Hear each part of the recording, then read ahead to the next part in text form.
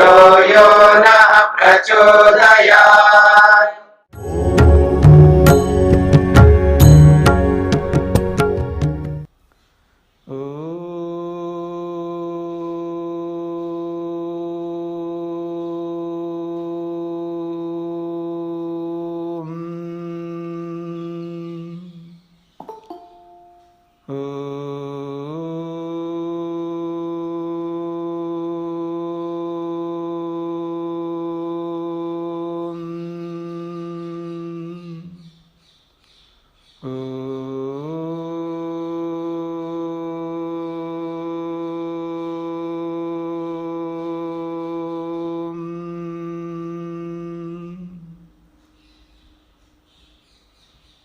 हाँ जी,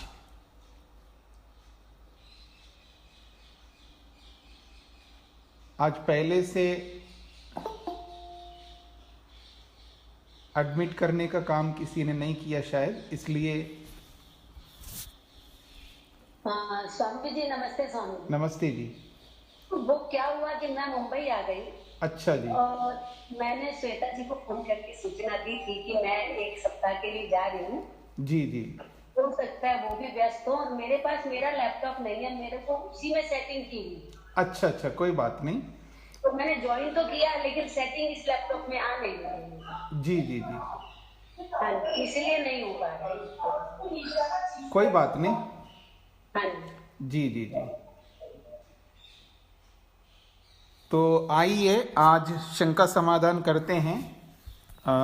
एक शंका मेरे पास है, और भी हो सकती हैं। पहले मैं उसका समाधान कर लेता हूँ।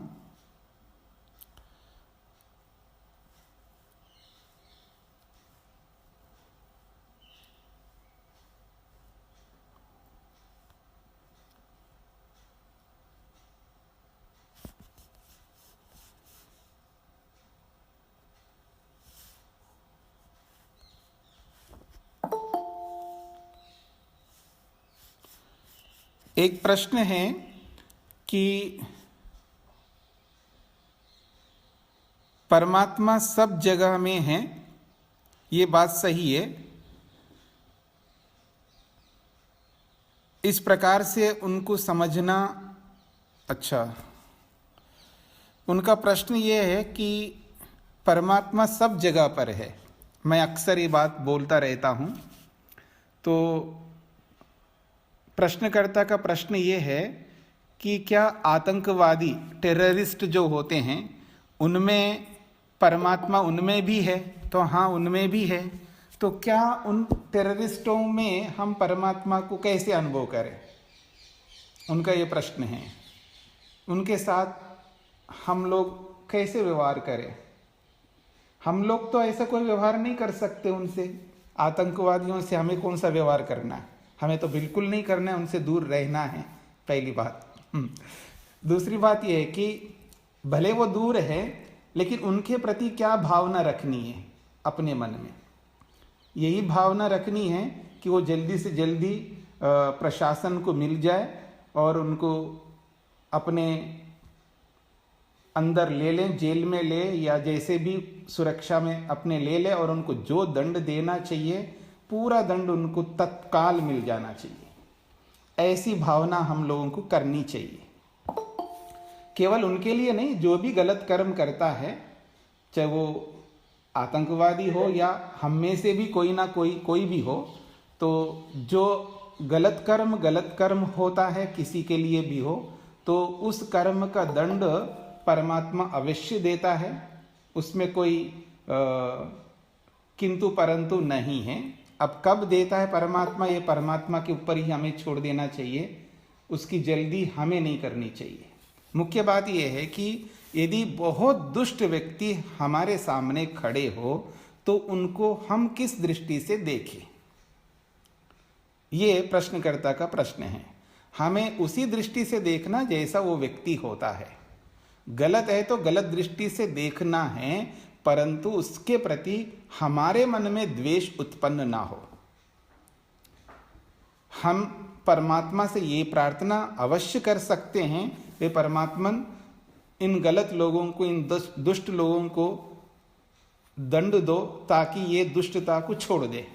जैसा कि महर्षि स्वामी दयानंद सरस्वती जी आर्याभिविनय में बहुत सारी बातें लिखी हैं कि दुष्ट व्यक्तियों के प्रति भी उन्होंने ये बात लिखी है, हे परमेश्वर, ये दुष्ट व्यक्ति जो है अपनी दुष्टता को छोड़ दे, इनको ऐसी बुद्धि मिल जाए, ऐसा ज्ञान विज्ञान उनको मिल जाए, वो अपनी दुष्टता को वो छोड़ दें।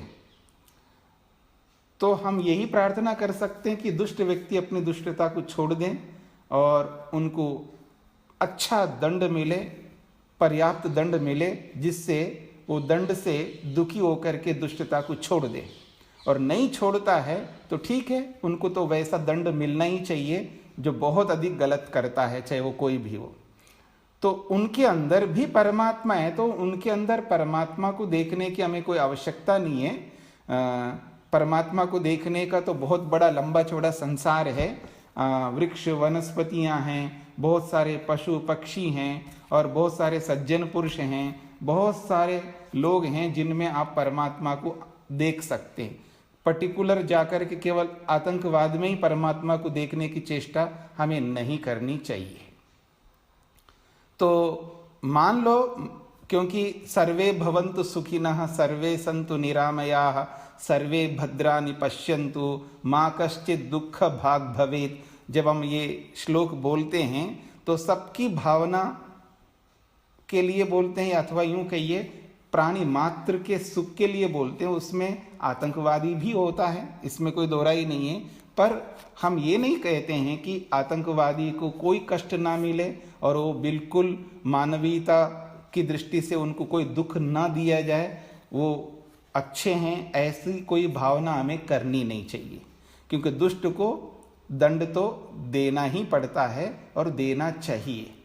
और अगर दुष्ट को दंड नहीं दिया जाए तो समाज में अराजकता फैलती है। ये अलग बात है, वो दंड हम नहीं दे सकते, ये हमारे अधिकार में नहीं है। हम किसी को भी दंड नहीं दे सकते। अपने अपने अधिकार में जो लोग हैं उन्हीं को दंड दे सकते। हम पत्नी को दंड दे सकते हैं, हम पति को दंड दे सकते हैं, हम अपने बच्चों को दंड दे सकते हैं, भाई बहनों को दंड दे सकते हैं, जो हमारे अधिकार में, जिनके साथ में हम जुड़े हुए हैं, जिन पर हमारा अधिकार है, तो उन्हीं के ऊपर हम कुछ कर सकते हैं। तो दंड जो होता है वो अपने लोगों के ऊपर दिया जाता है जो जिसके अधिकार में रहते हैं। और समाज में जो भी दुष्टता होती है तो उसके लिए समाज के जो भी कर्ता धर्ता है, न्याय व्यवस्था है या पुलिस व्यवस्था है या मिलिट्री व्यवस्था है, राजा की जो भी व्यवस्था है, जो भी प्रशासनिक सेवा में जो भी लोग होते हैं, वो ही उस दंड को देने वाले अधिकारी होते हैं। उस अधिकार को हमें अपने हाथ में कभी नहीं लेना चाहिए।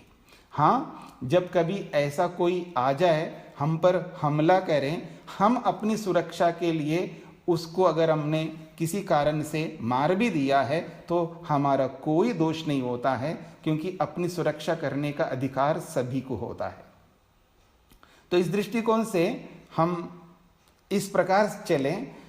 यदि महर्षि पतंजलि की राह पर हम चलें, उनके रास्ते पर चलें, वेद व्यास के रास्ते पर चलें, उनके उपदेश के अनुसार चलें, तो हम 4 विभाग कर सकते हैं दुनिया के लोगों को। एक वो विभाग है जो बहुत सुखी रहते हैं, तो ऐसे सुखी लोगों को देखने की एक नज़रिया में होनी चाहिए, उनको देख करके प्रसन्न होना चाहिए। अच्छी बात है कि इतने सुखी लोग हैं तो वो सुखी रहें, उनके प्रति अच्छी भावना रखो। और जो दुखी है, जो भी दुखी लोग रहते हैं, दीनहीन लोग रहते हैं, उनके प्रति जो है करुणा का भाव रखें। एक मित्रता की भावना होती है। जो भी अच्छे भी लोग हैं, जो भी समाज में जितने भी अच्छे लोग होते हैं, हमें ये नहीं पता होता कौन अच्छा है कौन बुरा है। एक सामान्य रूप से जो भी अच्छे माने जाते हैं उनके प्रति एक मित्रता रखना है, उनके प्रति प्रसन्नता रखनी है। और जो हमारे बराबर के होते हैं, जिनके साथ में हमारा बहुत लेन देन होता है, जिनका व्यवहार निरंतर हमारे साथ रहता है, उनमें जब हमसे कुछ अच्छी योग्यता वाले रहते हैं, उनके प्रति एक ईर्ष्या होती है, तो उनके प्रति प्रसन्नता रखनी चाहिए। तो कुछ लोगों के प्रति मित्रता रखनी चाहिए, कुछ लोगों के प्रति करुणा का भाव रखना चाहिए, कुछ लोगों के प्रति जो है प्रसन्न होकर के शांत रहते हुए उनकी उन्नति को देख करके अपने आप को खुश रखना चाहिए, ईर्ष्या उत्पन्न नहीं करनी चाहिए। और जैसे कि आतंकवादी है या बहुत दुष्ट लोग हैं, उनके प्रति उपेक्षा रखनी चाहिए, ना उनके कल्याण की भावना मन में नहीं लाना है, ना उनको उनका विनाश की भावना मन में लानी है। बस उपेक्षित रहिएगा, उनके बारे में सोचना नहीं या उनको विषय ही नहीं बनाना है। आज जो योग्यता हमारी है वो ऐसी योग्यता है, यदि विषय बनाएंगे तो या तो राग होगा या द्वेष होगा। जब किसी को हम लोग विषय बनाते हैं तो दो ही स्थितियां बनती है हमारे में, या तो राग उत्पन्न होता है या द्वेष उत्पन्न होता है। तीसरी स्थिति नहीं बन सकती, क्योंकि ऐसी योग्यता हमारी नहीं है कि जो योगी की योग्यता होती है, समाधिस्थ व्यक्ति की योग्यता होती है, जो विवेक वैराग्य को प्राप्त किए हुए जो महापुरुष होते हैं, उनकी जो योग्यता होती है, वैसी योग्यता हमारे में नहीं है। तो हमारे में दो ही भावनाएं उत्पन्न होंगी, या तो राग की भावना या द्वेष की भावना। तो अच्छे लोगों को देख करके राग की भावना उत्पन्न होती है, या बहुत बुरे लोगों को देख करके द्वेष की भावना उत्पन्न होती है। और चाहे वो द्वेष की भावना उत्पन्न हो जाए या राग की भावना उत्पन्न हो जाए, इस मार्ग में अत्यंत घातक है, हम आगे बढ़ नहीं पाएंगे। तो इन सबको रोकने के लिए एक ही उपाय है, ऐसे दुष्ट व्यक्तियों के प्रति उपेक्षित रहना चाहिए, यानी उनको विषय ही नहीं बनाना, उनको मन में लाना ही नहीं, उनके बारे में सोचना ही नहीं। अगर किसी कारण से आ जाए तो उनको रोक लेना है, ऐसे समझने का प्रयत्न करिएगा। तो और किसी का प्रश्न अब आप सामने रख सकते हैं। मेरे पास प्रश्न आए होंगे लेकिन वो सब ढूंढना पड़ेगा, तो मैं ढूंढ नहीं पाऊंगा। अगर आप लोग सीधा ही पूछेंगे तो और अच्छा रहेगा। जी प्रणाम स्वामी जी। आपने कल कहा कि जैसे मन साधन है आत्मा को जानने का, बुद्धि की निश्चय शक्ति का, और अहंकार का, अपना अहंकार से जैसे हम अपने आप को जानते हैं, हम कैसे कहें कि ये मन साधन है इसकी जी भी चला हुआ है आपका, कि जैसे हम कह रहे थे कि अपना बुद्धि में सत्व गुण प्रधान है, अहंकार में भी और मन में भी सत्व गुण प्रधान है। तो क्या परमात्मा सत्व रजस तमस जो प्रकृति के मूल गुण हैं, उनकी संख्या जब वो लेता है, वो मूल पदार्थ बनाने के लिए महत, अहंकार और मन या इंद्रियां, इनमें परमात्मा निश्चय कर सकता है क्या इसमें सत्व गुण की परसेंटेज इतनी डाल सकता हूँ, मैं इतना कर सकता हूँ? अगर ऐसा है तो फिर उन्होंने बुद्धि, मन और इनमें मतलब पूरा 100% सत्व गुण को क्यों नहीं डाला? शायद जो रजस तमस गुण की भी जरूरत थी, इसीलिए डाला होगा। अगर वो परमात्मा कर सकते हैं, या प्रकृति में वो सत्व रजस तमस तो आएंगे ही, किसी भी पदार्थ को हम बनाएंगे तो।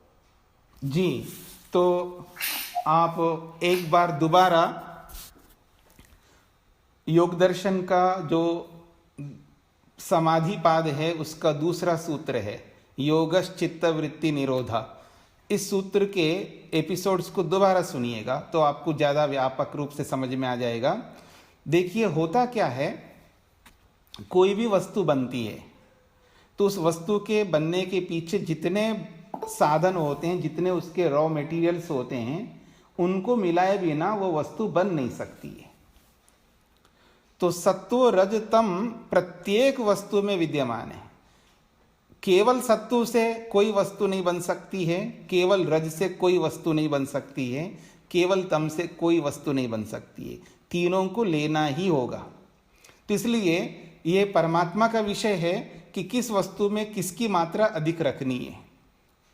कॉम्बिनेशन जब रखते हैं परमात्मा, तो किस वस्तु में सात्विकता को अधिक रखना है, किस में तामसिकता को अधिक रखना है, किस में राजसिकता को अधिक रखना है, ये ईश्वर का डिसीजन है, ईश्वर का निर्णय है। क्योंकि ईश्वर को पता है कि कौन सी वस्तु किस रूप में बन करके और हम सबको सुख देने वाली बन सकती है, हमारे उपयोगी के लिए बन सकती है, हमारा साधन बन सकता है वो।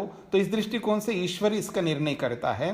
पर जैसे शास्त्र बताते हैं तो उसके अनुसार हम लोग थोड़ा सा जान सकते या उसकी थोड़ी सी कल्पना कर सकते हैं।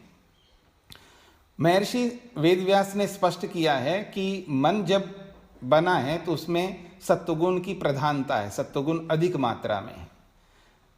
तो इसलिए उसका स्वभाव जो है सत्वगुण का ज्यादा आएगा मन के अंदर। रजोगुण उससे कम है तो रजोगुण का स्वभाव उससे कम आ जाएगा। तमोगुण और कम है तो तमोगुण का प्रभाव और कम आएगा।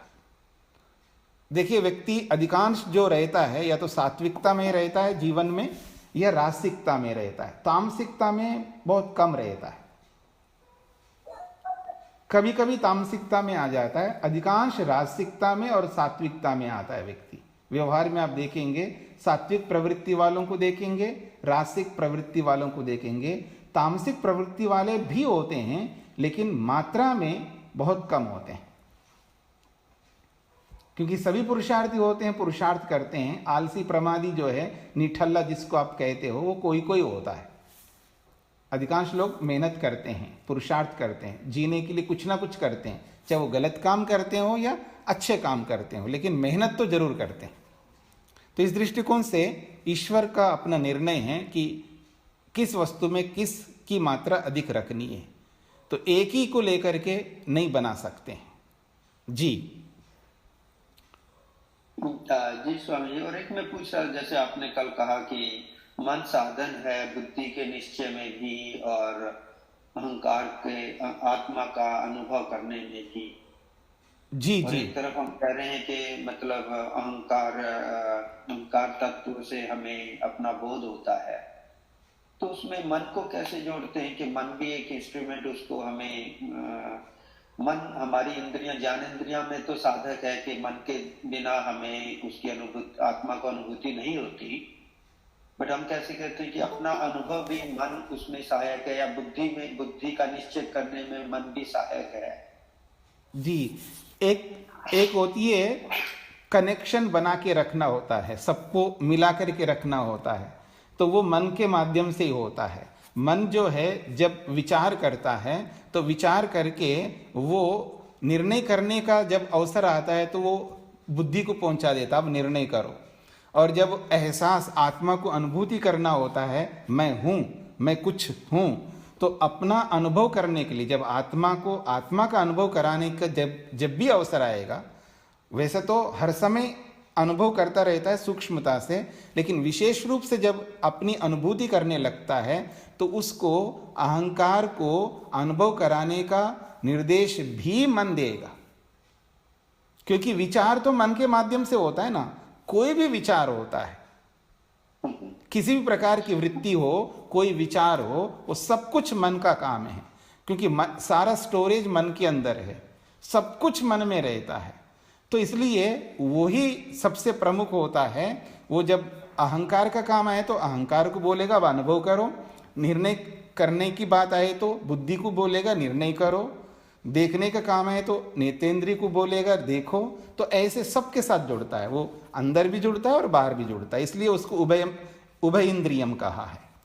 जी जी नहीं स्वामी, इसको आत्मा बुद्धि से नहीं कहता इसको निश्चय करो, मन कहता है कि भाई मन अपना डाटा दिखा के अभी जो उसको ज्ञान अभी वर्तमान में मिल रहा है या हमारी स्मृति में ज्ञान है, उन सब को दिखा के मन कहता है बुद्धि को कि भाई आप दिखाओ आत्मा को, या आत्मा कहती है बुद्धि को कि भाई अपना मेरे को दिखाओ क्या ठीक है क्या गलत है। ऐसा है, आत्मा का ही सब कुछ है, तो आत्मा मन को कहता है, क्योंकि मन सबसे निकट साधन है उसका।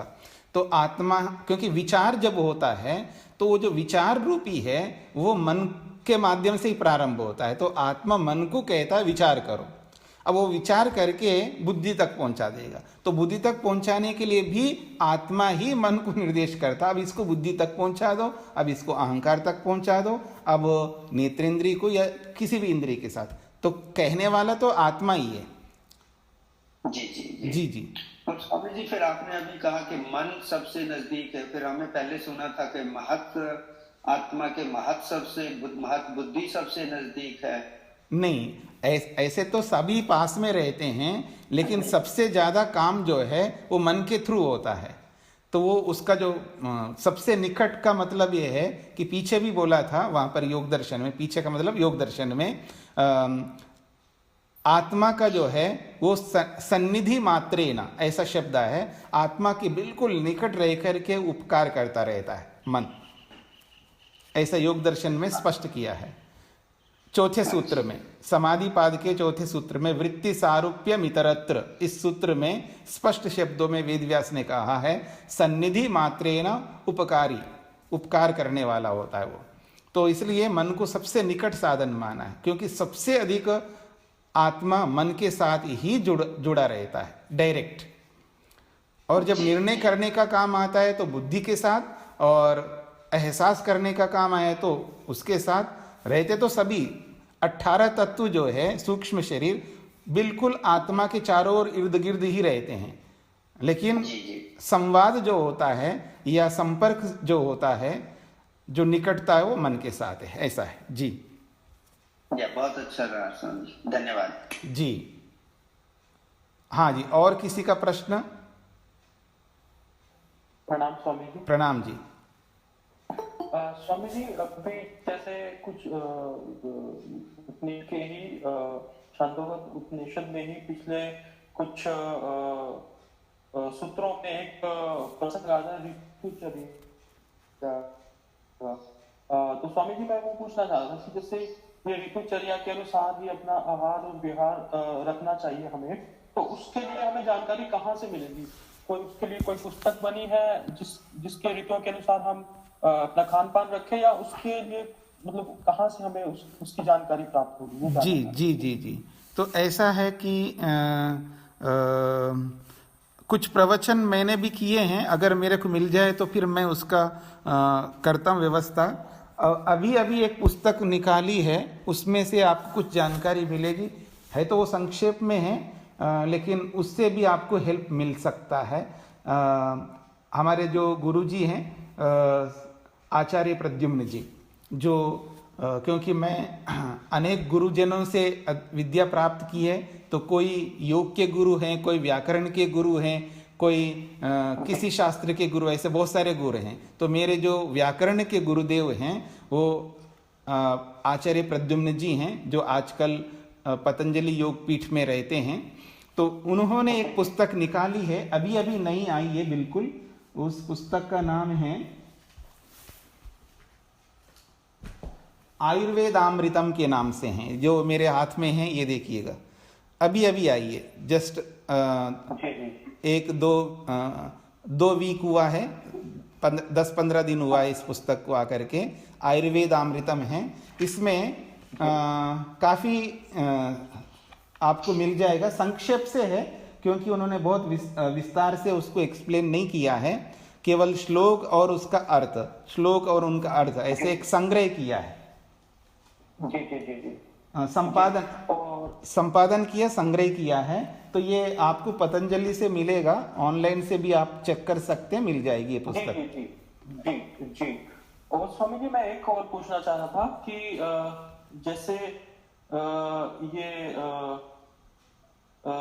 जैसे आपने आपका वो प्रवचन आते थे उसमें ये जो पतंजलि का जो चैनल है, वैदिक चैनल में, तो उसमें आपकी विभूति पाठ के आपकी वो आते थे प्रोग्राम। तो स्वामी जी, उसकी जो हमें कहाँ से मिलेगी वो, उसकी जो बैक जो प्रोग्राम के बैक डेटा है वो, क्योंकि वो यूट्यूब पे भी अवेलेबल नहीं है, और वो जो मतलब और चैनल पे भी वो आना बंद हो गया है। जी, आस्था में और वैदिक चैनल में, संस्कार में कई सालों तक आया है, 5 या 6 साल तक लगातार आया है। अभी अभी जस्ट कुछ समय पहले उसको बंद किया है, क्योंकि वहाँ पर उनके जो विद्यार्थी तैयार हो गए हैं, कुछ संन्यास बन गए हैं, कुछ आचार्य बन गए हैं, तो उनको अभ्यास के लिए या उनको भी लॉन्च करना है उनको, तो प्राय करके अभी उन्हीं का अधिकांश दे रहे हैं। तो अभी अभी कुछ समय पहले मेरा बंद हो गया है, तो वो सब कुछ आपको यूट्यूब में मिलेगा। विभूति पाद के तो स्वामी जी मैंने देखा था कि विभूति पाद वाला आपका वो उसमें यूट्यूब में आता नहीं, योग दर्शन का विभूति पाद। अच्छा, आपके पास कितने एपिसोड हैं? स्वामी जी मेरे पास तो अभी सांख्या दर्शन का जो सॉरी विभूति पाद के नहीं, केवल क्रम बताइए, क्रम बताइए, कितने एपिसोड्स हैं आपके पास में? ये 600 कुछ थे आपके समाधि पाद के और साधन पाद के, उसके आगे का नहीं मिल रहा है। अच्छा, तो मिल जाएगा, कुछ समय और रुक जाइएगा, लगभग आपको पूरा योग दर्शन प्राप्त हो जाएगा अभी मार्च अप्रैल में, क्योंकि थोड़े ही सूत्र बचे हुए हैं, मेरे विचार से 10 सूत्र बचे हैं योग दर्शन के, सब कुछ उसका हो गया है। उसको बस अपलोड करने वाले अपलोड करेंगे, उसको एडिटिंग आदि करके, तो कुछ समय के बाद आपको मिल जाएगा जी। जी, और स्वामी जी एक और छोटा सा क्वेश्चन था, जैसे आपने उसमें योग दर्शन में भी बोला है समाधि पाद में कि साधन को उसको आसन को सिद्ध करना, तो स्वामी जी वो मुझे समझ में नहीं आया कि आसन को कैसे सिद्ध करते हैं हम। जैसे आसन होते हैं पद्मासन और स्वास्तिक आसन, तो उसमें बैठते हैं, तो उसको कैसे सिद्ध करते हैं? सिद्ध करने का अभिप्राय ये है, जब आपको ध्यान करना है, संध्या करनी है, भगवान की जो भी भक्ति करेंगे, तो आप एक आसन में बैठेंगे ना, स्थिर होकर के बैठना, ना हिलना, ना डुलना, ना खुजलना, ना खांसना, ना गटकना, एकदम एज ए स्टैचू की तरह आपको स्टिल होकर के बैठे रहना है जब तक ध्यान करोगे।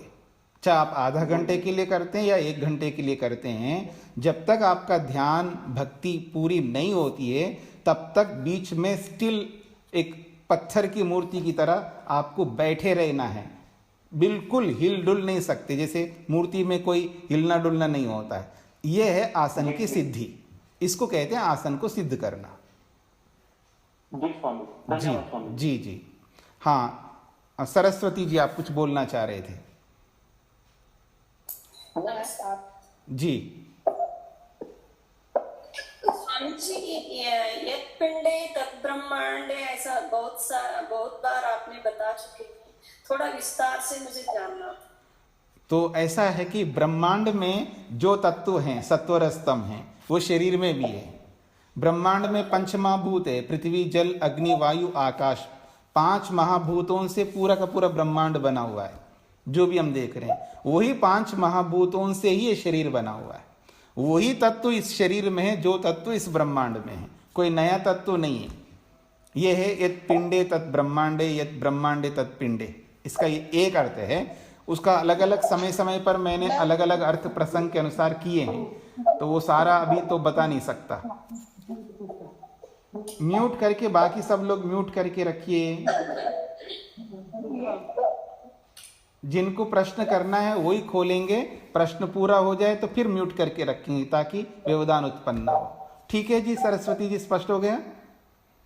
स्वामी जी, हम ऐसा समझ ले सकते हैं क्या, जैसा कि अभी शरीर में ना हर मतलब शरीर के हर एक जगह पर मतलब हम आत्मा का एहसास कर सकते हैं, ऐसा ब्रह्मांड में भी ईश्वर को हम ऐसा समझ सकते हैं?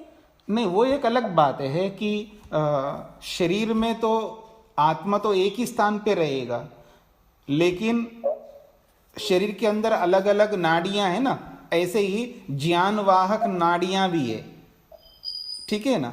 तो वो उनके थ्रू जो है आत्मा को अनुभूति होती है। मान लो मैं अंगूठे में भी चुभोया है अगर कोई कांटे से, तो मेरे को पेन होगा, दर्द होगा, तो वो दर्द को ले जाने वाली जो नाड़ी है वो आत्मा तक पहुंचा देगा, फिर आत्मा को अनुभूति होगी। अनुभूति जहां आत्मा वहीं पर होगी, ठीक है। तो वो एक अलग स्थिति है शरीर की, और परमात्मा पूरे ब्रह्मांड में व्याप्त है, वो एक अलग स्थिति है। इसको यथा पिंडे तथा ब्रह्मांडे के साथ जोड़ करके नहीं ले सकते हैं आत्मा और परमात्मा को। जी हाँ। हाँ, धन्यवाद स्वामी जी। हाँ, आप कुछ बोल रहे थे, क्या नाम है? आदर्श जी, बोलिए।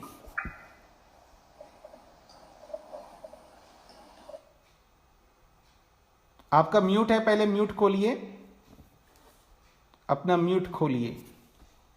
जी जी।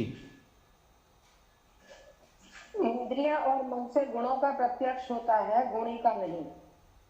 तो इसको हम ईश्वर के लिए तो हम मान सकते हैं कि हाँ ये ठीक है, ईश्वर की रचना आदि देख के ईश्वर का प्रत्यक्ष होता है। लेकिन जो स्थूल आकार की चीजें हैं, पृथ्वी आदि है, उसके लिए तो फिर हम इंद्रियों से ही प्रत्यक्ष होता है ना उसका। तो इसको थोड़ा स्पष्ट कर दीजिए कि इंद्रियां और मन से गुणों का प्रत्यक्ष होता है, गुणी का नहीं। वो किस संदर्भ में है वो बात जो आप बोल रहे हैं? ये किस संदर्भ में, कहीं लिखा हुआ बोल रहे हैं या अपने ओर से बोल रहे हैं? से है, स्वामी जी का लिखा हुआ है। उस प्रसंग को पूरा थोड़ा पढ़िए, क्या कहना चाहते हैं वहां पर? अच्छा, वो तो अभी मैं खोलना पड़ेगा। मैं दूसरा प्रश्न कर लूं फिर आपसे। जी। प्रत्यक्ष प्रमाण के लिए सप्तम समोल्लास में स्वामी जी ने कहा है, न्याय दर्शन का है, गौतम ऋषि का, कि इंद्रियार्थ सन्निकर्ष उत्पन्नम ज्ञानम अव्यपदेश्यम अव्यभिचारी व्यवसात्मक प्रत्यक्षम। तो ये तीन जो ज्ञान है, अव्यपदेश्य, अव्यभिचारी और व्यवसायात्मक, जी, इनको कैसे लगते हैं, इनको थोड़ा सा स्पष्ट कर दीजिए। अभी न्याय दर्शन तो हम नहीं पढ़ा सकते हैं, संक्षेप से तो ये है, प्रत्यक्ष उसी को कहते हैं जहां उसमें कोई भ्रांति ना रहे। कल को कोई जो आपने प्रत्यक्ष किया वो प्रत्यक्ष नहीं है, देखा हुआ सच हो कोई जरूरी नहीं है, देखा हुआ गलत भी हो सकता है, अर्थात वो निश्चयात्मक नहीं है। तो निश्चयात्मक का अर्थ होता है वो एक जैसे जज जो होता है अंतिम निर्णय देकर के मोहर लगा देता है ना, ठप्पा जिसको आप कहते हैं, ठप्पा लगने के बाद में वो फाइनल होता है, उसको चेंज नहीं कर सकते, वो बदल नहीं सकता। तो ठीक इसी प्रकार से जिसको प्रमाण कहते हैं, चाहे वो प्रत्यक्ष प्रमाण हो, अनुमान प्रमाण हो या शब्द प्रमाण हो, प्रमाण हमेशा प्रमाण के रूप में रहेगा, वो बदल नहीं सकता। आज प्रमाण है तो कल अप्रमाण हो जाएगा। प्रमाता बदल सकता है। प्रमाता का मतलब होता है प्रमाण का उपयोग करने वाला, हम आत्माएं। तो मैं गलत हो सकता हूं, मैं गलत अप्रमाण को प्रमाण मान बैठा हूं, तो ये हो सकता है, गलत को सही मान बैठा हूं, ये हो सकता है। लेकिन प्रमाण यदि कोई है वो सदा प्रमाण के रूप में रहेगा। तो ये जो प्रत्यक्ष प्रमाण है उसमें भ्रांति नहीं होना चाहिए, ठीक है, उसमें संशय नहीं होना चाहिए जी। तो ये बातें कही वहां पर। जो अव्यपदेश्यम है या व्यवसायात्मक है, इनमें भिन्नता क्या है? हाँ, व्यवसायात्मक हम का अर्थ है निश्चयात्मक होना चाहिए। ये व्यवसायात्मक का अर्थ है निश्चयात्मक। और दूसरा शब्द आपने क्या बोला है? अव्यपदेश्य। हाँ, व्यपदेश्य का मतलब है सुना हुआ नहीं हो, मैंने बोला और आपने सुन लिया है, यह है व्यपदेश्य। व्यपदेश्य का अर्थ होता है किसी के कहने से जो हमको बोध होता है, जानकारी होता है, उसको व्यपदेश्य कहते हैं। वो तो शब्द प्रमाण के अंतर्गत चला जाएगा ना। अगर आपने कुछ बोला और मैंने सुन करके जान लिया है तो वो शब्द प्रमाण में चला जाएगा, वो प्रत्यक्ष नहीं है। तो सुना हुआ नहीं होना चाहिए, वो देखा हुआ होना चाहिए। जी जी जी एक और है जी मेरा, एक मैं ये चाहती हूँ कि क्या पुरुष सूक्त की व्याख्या आपके शब्दों में कहीं पर है तो वो हमें चाहिए। नहीं, अभी मैंने पुरुष सूक्त की वैसे तो व्याख्याएं की है बहुत, लेकिन वो डाटा के रूप में संग्रह में नहीं है। जी जी जी। तो अगर होगी तो या तो हम ये चाहते हैं, या हम चाहते हैं कि आप पुरुष सूक्त भी हमें पढ़ाएं जैसे कि ये पढ़ा रहे हैं। जी जी। तो उसके भी जो मंत्र हैं 22 वो आप उसकी व्याख्या करें। ख्वाहिशें तो बहुत होंगी, लेकिन उन ख्वाहिशों की पूर्ति जो है देखना पड़ेगा कि कब समय मिलेगा, कब क्या परिस्थिति आएगी। ठीक है जी। जी एक शब्द, एक और है छोटा सा प्रश्न कि आपने बताया था कि किसी भी शब्द का मंत्र के अक्षर गिनने में केवल स्वरों का प्रयोग करना चाहिए जी। तो मेरे को जानना है कि मान लिया स्वरों का प्रयोग करना है, व्यंजन का नहीं करना है, तो जो स्वर होते हैं उसमें दीर्घ स्वर भी होते हैं और लघु भी होते हैं, ह्रस्व भी होते हैं। तो दीर्घ स्वर की कितनी मात्रा होंगी और ह्रस्व की कितनी होंगी? ह्रस्व की 1 मात्रा होती है, दीर्घ की 2 मात्रा होती है और प्लुत की 3 मात्राएं होती है। प्लुत की नहीं होती है? नहीं, 3 मात्राएं होती हैं। ह्रस्व की 1 मात्रा, दीर्घ की 2 मात्रा और प्लुत की 3 मात्रा। अच्छा, ठीक है, धन्यवाद स्वामी जी। जी स्वामी जी ओम। हाँ जी। स्वामी जी, आपने जो शाम को 5 भागों में पहले बांटा गया, हिंकारा, प्रस्ताव, उद्गीत जी, उसके बाद उसी को 7 भागों में बांटा गया जी, उसमें आदि और उपद्रव और ऐड कर दिया गया जी, इसके साथ ही इसको आदित्य और इंद्रियों के साथ जोड़ा गया। जी। तो ये इतना लंबा जो ये सारे संवाद चले हैं उसका मतलब क्या है कि हम अपनी सारी दिनचर्या को या अपनी हर एक्टिविटी को क्या सूर्य के अपने ईश्वर के साथ जोड़ के चले या हमेशा हम उसको याद रखें? इनका थोड़ा सा इसमें और प्रकाश डालिए। जी, ऐसा है, हमारी जो आत्मा की जो बुद्धि है वो बहुत अल्प है। हमें एक बात से समझ में नहीं आती है या एक ही विषय से हम अपने लक्ष्य तक नहीं पहुंच सकते हैं। इसलिए ऋषियों ने या परमात्मा ने अलग अलग रीतियां हमारे सामने रखी हैं, अलग अलग प्रकार रखे हैं, तो किसी न किसी भी प्रकार से हम वहां तक पहुंच सके अपने लक्ष्य तक। जरूरी नहीं है जितने भी प्रकार यहाँ पर बताए वो सारे प्रकारों को लेकर के आप चले।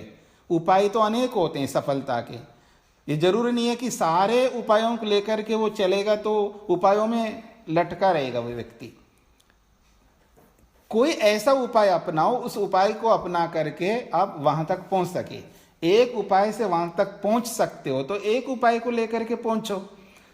अगर 1 से काम नहीं चल रहा है तो 2 से चलो, 2 से नहीं चल रहा है तो 3 से चलो। तो जितने उपायों से आप वहां तक पहुंच सकते हो उतने उपायों को अपना लो, ये इसका अभिप्राय होता है। क्योंकि हम जो है बहुत चालाक होते हैं, या यूं कहिए नटखट जिसको आप कहते हो, हम अपने स्वरूप को बदलते रहते हैं गिरगिट की तरह। कभी किसी से प्रभावित रहते हैं, कभी किसी से प्रभावित रहते हैं।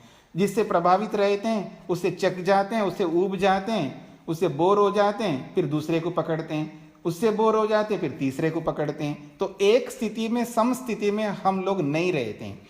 इसी कारण से परमात्मा ने जो है बहुत सारे उपाय बताए हैं और उसी का अनुकरण करके ऋषियों ने हमारे सामने बहुत अलग अलग उपाय बताए हैं। तो इन सारे उपायों को रखना तो उनका काम है, रख दिया। और उन सारे उपायों में से कौन सा उपाय आपको भा रहा है उसको अपनाओ और वहां तक पहुंचो, इसका एक अभिप्राय। और दूसरी बात यह है कि ईश्वर को हमेशा सामने रखना है, बिल्कुल रखना है। रखने का मतलब समझ लीजिएगा, ईश्वर को सामने रखने का मतलब ये नहीं है कि आप भोजन कर रहे हो तो भोजन में आपका मन नहीं है, भोजन के पदार्थों में आपका मन नहीं है। क्या खा रहा हूं, कितना खा रहा हूं, वो मेरे अनुकूल है या प्रतिकूल है, इसमें कोई ध्यान नहीं है। और वो मेरे लिए उपयोगी है, प्रतिकूल है, उसके लाभ मेरे को मिलेंगे या नहीं मिलेंगे, ये जो कुछ भी है भोजन से संबंधित डाटा जो हमें चाहिए, उसमें अगर हमारा मन नहीं है और केवल हमारा मन भगवान में है, हे भगवान तूने ही ये खाना दिया है, आपके कारण से ये मैं प्राप्त कर पाया हूँ, इसलिए मैं खा पा रहा हूँ, ऐसे लोग बहुत सारे चलते रहते हैं। बिल्कुल ऐसे भगवान को याद रखने की बात मैं न कर सकता हूँ और न शास्त्र ऐसा कहते हैं। मेरी बात को समझने का प्रयत्न करना।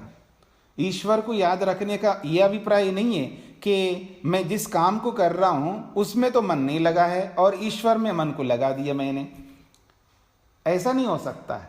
जिस काम को कर रहे हो उसी काम में पूरा मन लगे, पूरा मन उसी काम में लगाओ और इधर उधर नहीं ले जाओ। तो उसी में लगा, इसका अर्थ है आपका मन ईश्वर में ही लगा, ये समझ लीजिए। क्योंकि उस काम में जब आप मन लगाते हो तो वहां पर भी ईश्वर है, उसकी उपस्थिति है वहां पर। बस केवल इतना है कि ईश्वर है, मैं ईश्वर के लिए इस काम को कर रहा हूं, इसलिए उसमें पूरा मन लगा करके उस काम को संपन्न करना है 100%। तो समझ लेना आपने ईश्वर में मन लगाया। नहीं तो आप उसको समझेंगे नहीं, जो भी आप खा रहे हो उसको नहीं समझ पाएंगे। इसलिए लोग सब्जी बनाते हुए, ये करते हुए, जप करते जा रहे हैं, पता नहीं क्या क्या कर रहे होते हैं, और काम क्या कर रहे हैं उसमें कोई मन नहीं होता उनका, इसलिए वो आगे बढ़ नहीं पाते जीवन में। जिस काम को करते हैं उसी काम में 100% मन को लगाना होता है। ये ईश्वर की आज्ञा है। इसलिए ईश्वर प्रणिधान को समझने का प्रयत्न करिए। ये मैं अपनी ओर से नहीं बोल रहा हूं, ये ऋषियों ने जो बोला है वही आपके सामने हिंदी में बता रहा हूं। ईश्वर प्रणिधान की व्याख्या करते हुए महर्षि वेदव्यास लिखते हैं कि भक्ति विशेष करो। ईश्वर प्रणिधान का अर्थ करते हैं वो भक्ति विशेष करो, यानी ईश्वर की भक्ति करो। और उस भक्ति का मतलब क्या है, तो उसको खोला है ऋषि दयानंद सरस्वती जी ने। उसी की आज्ञा का पालन करने में तत्पर रहो। तो भोजन करना ईश्वर की आज्ञा है, कैसे भोजन करना वो भी ईश्वर की आज्ञा है, क्या खाना क्या नहीं खाना वो भी ईश्वर की आज्ञा है, कितनी मात्रा मेरे को चाहिए कितनी नहीं चाहिए ये भी ईश्वर की आज्ञा है, और वो जो खाना है वो मेरे अनुकूल है या प्रतिकूल है ये भी ईश्वर की आज्ञा है। बहुत सारी बातें हैं। और ईश्वर की ये भी आज्ञा है, उसमें आपको रुचि उत्पन्न करते हुए उस खाने को खाना है, उसके रसों को समझते हुए आपको खाना खाना है। इसलिए आयुर्वेदकार कहते तन मना भुंजी था, मन लगा के खाना खाओ। तो जिस कार्य में आप लगे हुए उस कार्य में पूरा मन लगाओ, यही ईश्वर की आज्ञा है। और यही ईश्वर प्रणिधान का एक विभाग है, एक विभाग है। ऐसे समझ करके आपको चलना है। जी राकेश जी। स्वामी जी, फिर इसका मतलब ये हुआ कि हमारा जो हर कर्म है, हर एक्टिविटी है, उसको हम इसी जो पांच विभाग किए हैं इन्हीं से जोड़ेंगे हम। हिंकारा, उद्गीत, प्रस्ताव, ऐसे ही जोड़ेंगे अपनी हर एक्टिविटी को, हर कर्म को। बिल्कुल बिल्कुल। तो फिर उसमें 5 और 7 दो अलग अलग क्यों किए गए? एक में जैसे 5 है उसके अंदर आदि और उपद्रव और ऐड क्यों किया गया? ऐसा है कि संख्या है ना, संख्या पर भी तो ध्यान देना पड़ता है ना, कि एक संख्या ही नहीं है ना, 2 भी संख्या है, 3 भी संख्या है, 5 भी है, 7 भी है, सारी संख्या है। तो जहां जिस संख्या को लागू करना है वहां लागू करेंगे। एक से काम चलता है तो एक से ही काम करते हैं। तो एक को लेकर के भी बोला है, 2 को लेकर के भी बोला है, 3 को लेकर के भी बोला है, 4 को, 5 को, सबको लेकर के बोला जा रहा है। तो 7 संख्या आएगा तो 7 को लेकर के भी बोलेंगे। कहीं तो 7 की संख्या का भी उपयोग करना है ना हमको। नहीं ठीक है स्वामी जी, बहुत अच्छा। थोड़ा सा कोई एग्जांपल भी दे सकते हैं किसी में, हम जोड़ के दिखाएंगे। ये अभी तक तो यही काम किया हमने, जोड़ करके दिखाया। तो अभी इतना पड़ा है। संख्या आपने अलग अलग कर दी ना, कहीं हम 3, कहीं 5, कहीं 7, वो थोड़ा सा अलग कर दी ना। हर एक्टिविटी को जैसे हम उसी की तरफ 5 में जोड़ते हैं तो वो तो ठीक लग रहा था मुझे। 7 एक और ऐड कर दिया बीच में हमने। तो अब आपने कहा कि किसी भी संख्या के साथ जोड़ा जा सकता है। किसी का मतलब है प्रसंग के अनुसार। तो आदि को जोड़ा है तो आदि में वहां परमात्मा को ले लिया है कि परमात्मा सबसे प्रथम है हमारे लिए। हमारे जीवन में सबसे प्रमुख वस्तु जो है परमात्मा है। तो इसलिए वो आदि का मतलब है स्टार्ट, प्रारंभ। वहीं से परमात्मा से प्रारंभ होता है। और उपद्रव को इसलिए जोड़ा है कि अंत में जाकर के उसी में विलीन होना होता है, इसलिए उपद्रव को भी जोड़ दिया है। ठीक, बहुत बढ़िया, बहुत अच्छा। जी जी, धन्यवाद स्वामी जी। हाँ जी, नमस्ते स्वामी जी। नमस्ते जी। स्वामी जी, योग दर्शन में केवल एक ही आसन के विषय में बताया है, तो बाकी योगाभ्यास के आसन और प्राणायाम ये सब विधियां कौन से ग्रंथ में मिल सकती हैं? ये तो सब योग दर्शन में मिलेंगे ना। योग दर्शन में इतने सारे आसन वगैरह तो बताए नहीं गए। हाँ, आप ये पूछना चाहते हैं जो अलग आसन, वो आसन जो है वो योगासन नहीं है, वो शरीर को स्वस्थ रखने वाले आसन है। योग आसन वो ही होते हैं जिसमें बैठ करके ध्यान किया जाता है।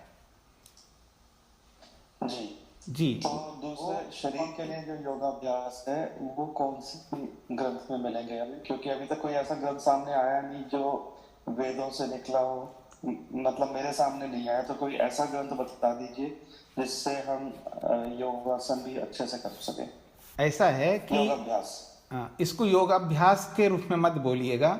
व्यायाम का जो क्षेत्र होता है वो आयुर्वेद का होता है, तो आयुर्वेद से संबंधित ग्रंथों में आपको अलग अलग व्यायाम ऐसे आपको नहीं मिलेगा, ऐसा कोई पुस्तक नहीं है। हाँ, जो लोगों ने जो आसनों के रूप में जो जानने का प्रयास किया है, तो आसनों के तो बहुत सारे ग्रंथ आपको मिलेंगे, जैसे अठ योग प्रदीपिका है, घेरंड संगीता है, ऐसी कुछ संगीताएं हैं जिनमें बहुत सारे आसन हैं, पर उन सबको योग के साथ उन लोगों ने जोड़ा है, पर महर्षि पतंजलि ने, वेदव्यास ने उनको ऐसा जोड़ा ही नहीं यहाँ पर। ये तो यही बोला है कि क्योंकि योग के जो 8 अंग हैं वो समाधि तक ले जाने के लिए हैं, तो जिसमें बैठ कर के ध्यान किया जाता है, बस वो आसन लिया गया बस यहाँ पर। यही योगाभ्यास है। यम का पालन करना योगाभ्यास है, नियमों का पालन करना योगाभ्यास है। आसन का पालन करना का मतलब है आसन वो है जिसमें बैठ करके ध्यान किया जाता है, तो उन आसनों का पालन करना योगाभ्यास है। प्राणायाम करना योगाभ्यास है। जो जो 8 अंगों में बोला गया है ये सारा योगाभ्यास है। अब जैसे मैं वॉक करता हूँ वो योगाभ्यास नहीं है, वो शरीर के लिए स्वस्थ रखने के लिए आवश्यक है किसी व्यक्ति विशेष के लिए। कोई जिम्नास्टिक करता है वो भी एक व्यायाम है, कोई खेलता है वो भी एक व्यायाम है। तो शरीर को स्वस्थ रखने के लिए अलग अलग व्यायाम है, उन सबको हम योगाभ्यास नहीं कहते हैं, क्योंकि योगाभ्यास एक पारिभाषिक शब्द हो गया ना, रूढ़ी हो गया। योगाभ्यास उसी को कहते हैं, यम को योगाभ्यास। यम का जब पालन करता है कोई व्यक्ति, पत्नी के साथ, पति के साथ सत्य बोल रहे हैं तो आप योगाभ्यास कर रहे हैं। आप चोरी नहीं कर रहे हैं तो योगाभ्यास कर रहे हैं। जो योग के 8 अंगों में जो आता है और उसका पालन आप कर रहे हैं उसी को योगाभ्यास कहेंगे। ये रूढ़ी शब्द हैं ये सारे। यूं तो योगाभ्यास, सोना भी योगाभ्यास हो जाएगा, सब कुछ छोड़ देंगे तो सारे योगाभ्यास हो जाएगा, तो ऐसा नहीं है।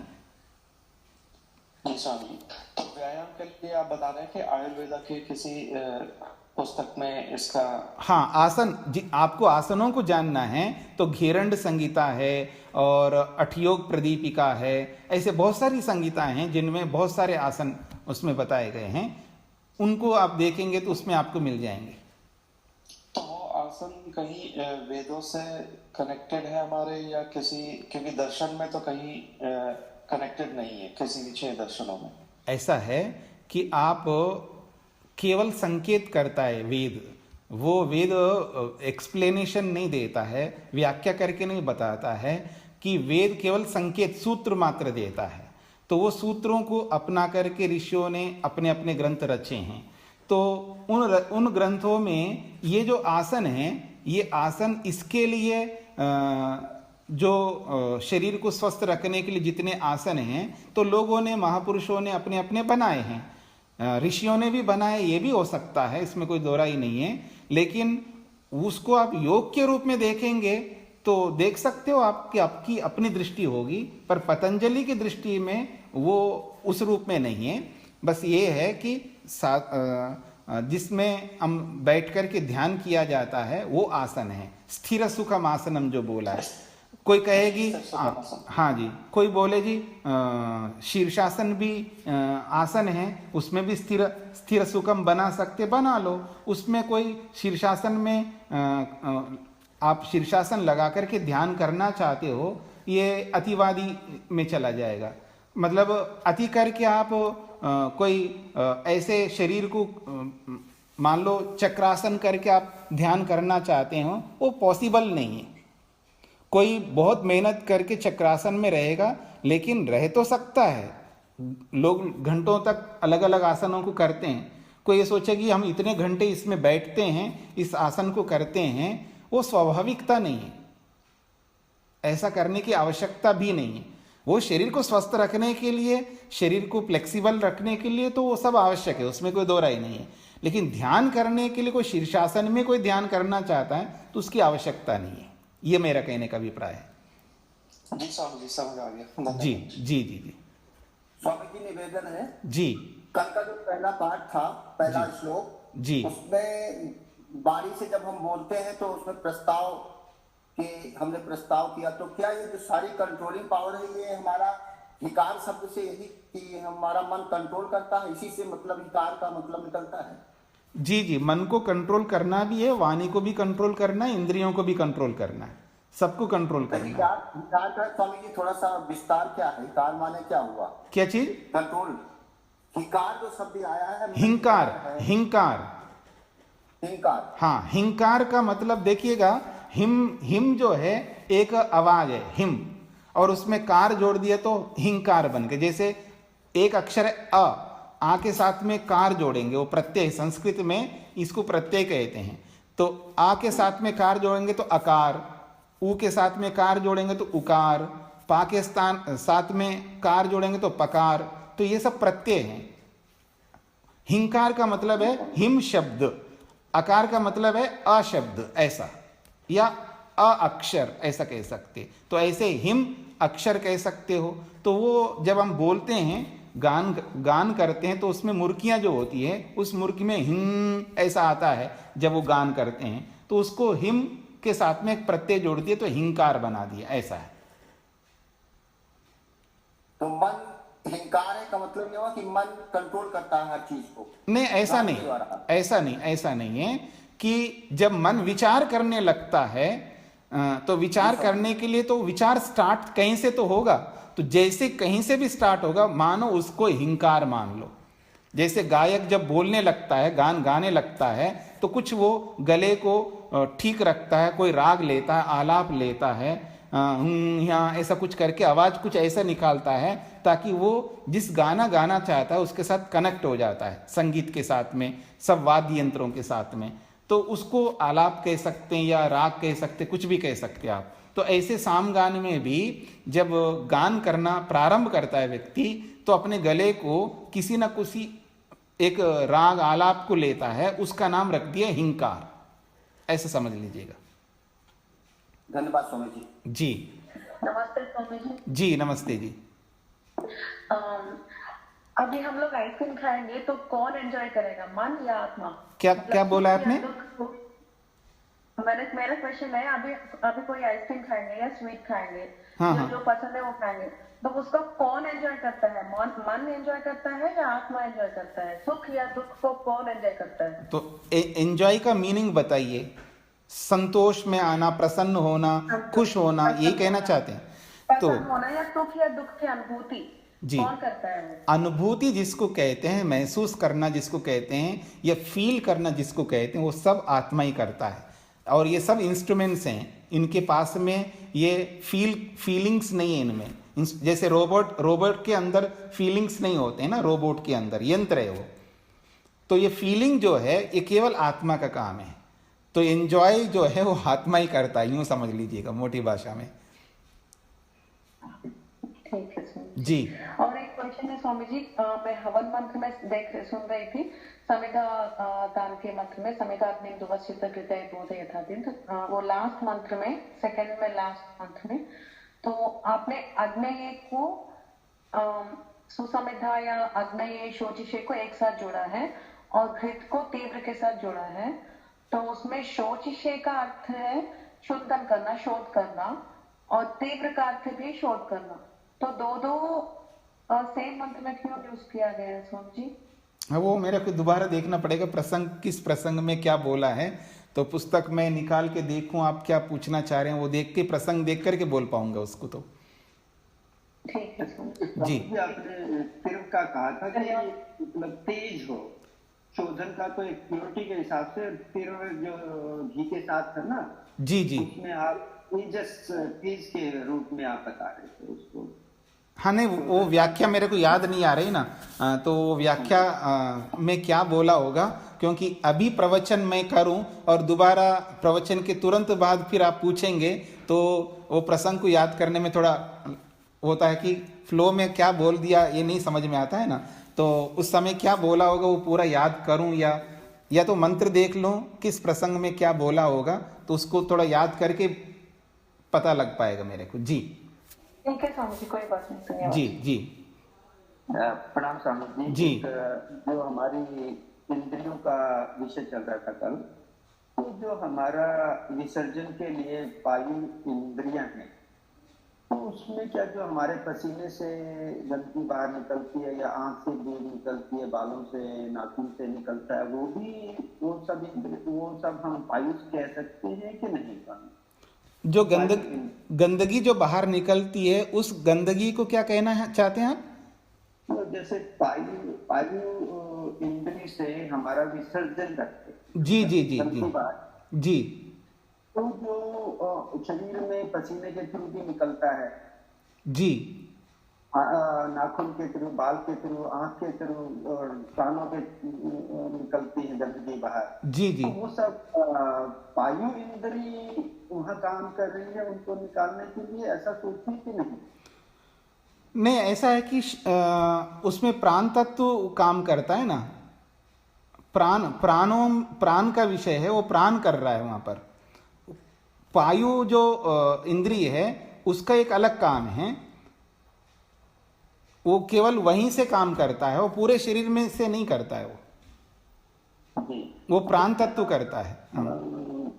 हस्त इंद्रियों को ले लेते हैं ग्रहण के लिए, चाहे हम ग्रहण हाथों से करें, चाहे पांवों से करें, किसी से भी करें, वो एक इंद्री है ना, सूक्ष्म इंद्री ग्रहण करने का काम। या चलना गति है, गति के लिए पाद के लिए गति बोलते हैं। तो गति मतलब चाहे हम हाथों से करें, चाहे हम पांवों से करें, किसी से भी गति करें, वो इंद्री, गति इंद्री काम करती है ना। ऐसे ही मतलब किसी से हम ग्रहण करते हैं तो ग्राह्य इंद्री हमारा काम करती है। इसी तरह उपस्थ इंद्री ऐसे नहीं, क्या मेरी गलत उसमें सोच ये गलत है क्या स्वामी जी? मैं ऐसा थोड़ा क्लैरिटी करना चाहता हूँ। देखिए, गति जो है, गति एक सामान्य शब्द, कॉमन वर्ड है, जनरल वर्ड है गति, ठीक है ना। वो गति पाँव से भी होती है, वो गति हाथों से भी होती है, सिर से भी होती है, शरीर के अंग अंग से होती है, एक एक अवयव, एक एक सेल से गति होती है।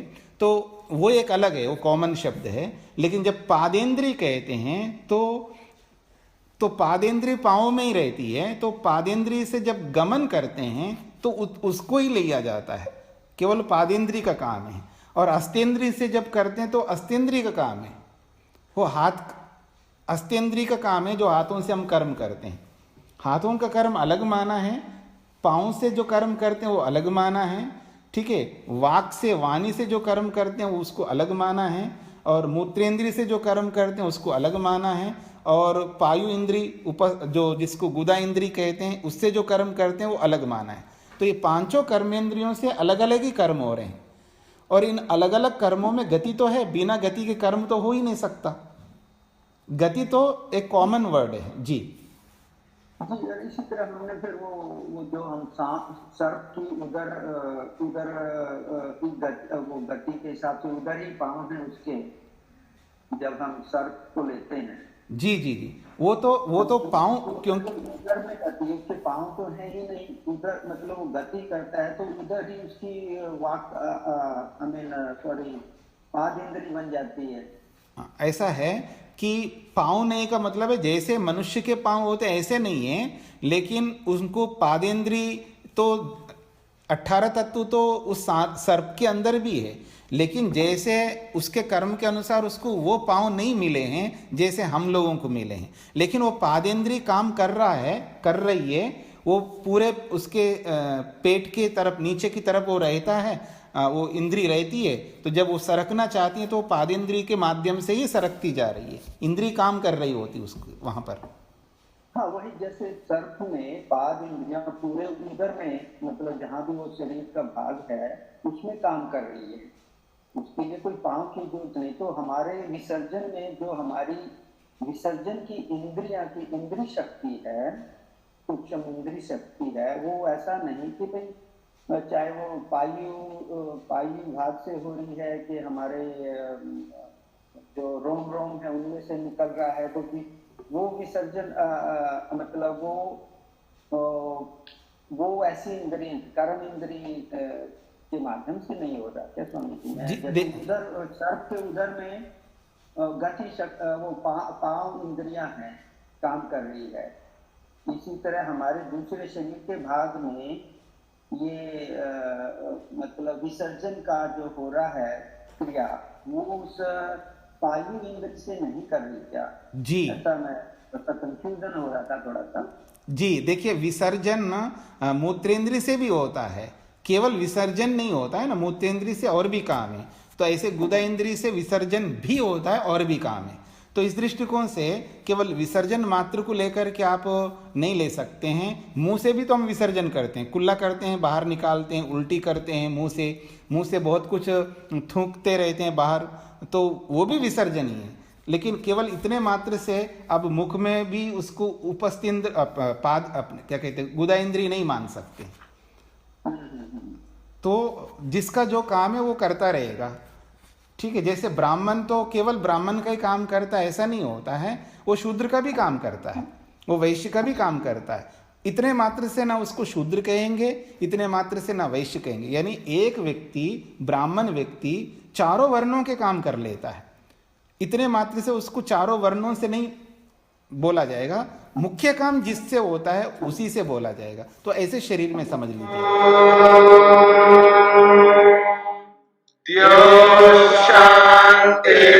शांतिरंतरिक्षं शांति पृथिवी शांतिरापः शांतिरोषधयः शांति वनस्पतयः शांतिर्विश्वे देवाः शांतिर्ब्रह्म शांति सर्वं शांति शांतिरेव शांति क्षमा शांतिरेधि। ओम शांति शांति शांति।